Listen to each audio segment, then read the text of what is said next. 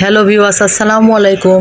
আজকে আমরা পেঁপে আর গরুর মাংস রেসিপি করার জন্য ওখানে পেঁপে আর গরুর মাংস রেডি করে রেখেছি। প্রথমে কড়াই দিয়ে এখানে একটু গরম হলে সরিষার তেল অ্যাড করব।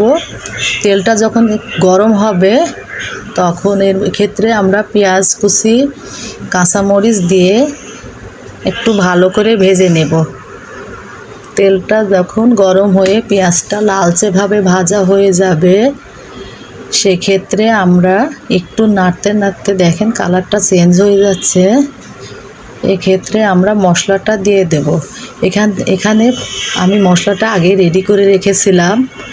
আদা, রসুন, জিরা, কাঁচামরিচ সব কিছুই অ্যাড করা আছে। মশলাটা যখন ভাজা হয়ে যাবে, একটু কষানোর পরে এটা তেল উঠে আসবে, এক্ষেত্রে আমি একটু লবণ দিয়ে দিব। লবণ দিয়ে নাড়তে নাড়তে যখন একটু কালার হবে, সেক্ষেত্রে আমরা গরুর মাংসটা দিয়ে দিব। গরুর মাংস ধুয়ে আমি আগে রেখেছিলাম। গরুর মাংস অনেক পানি থাকে, এটা কষাতে কষাতে পানিতে সিদ্ধ হয়ে যাবে। দেখেন এক্ষেত্রে মাংস পানি বের হয়ে গিয়েছে। মাংস পানি বের হয়ে ওই পানিতে মাংসটা অনেকটা কষানো হয়ে যাবে।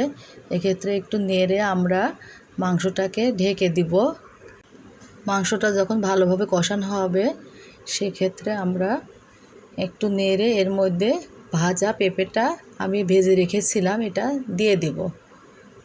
পেঁপেটা যখন নাড়তে নাড়তে সিদ্ধ হয়ে যাবে, দেখেন সুন্দর কালার চলে আসছে। গরুর মাংসের সাথে পেঁপেটা মিশ্রণ হয়ে গেছে।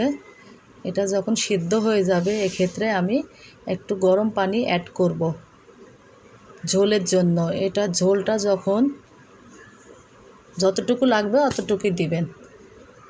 মাংসটা তো অনেকটাই সিদ্ধ হয়ে গেছিলো, আমাদের রান্নাটা এই তো রেডি। সেক্ষেত্রে নামানোর সময় আমি একটু জিরার গুঁড়া অ্যাড করেছিলাম। আমার রান্নাটা কেমন হয়েছে সকলে বলবেন।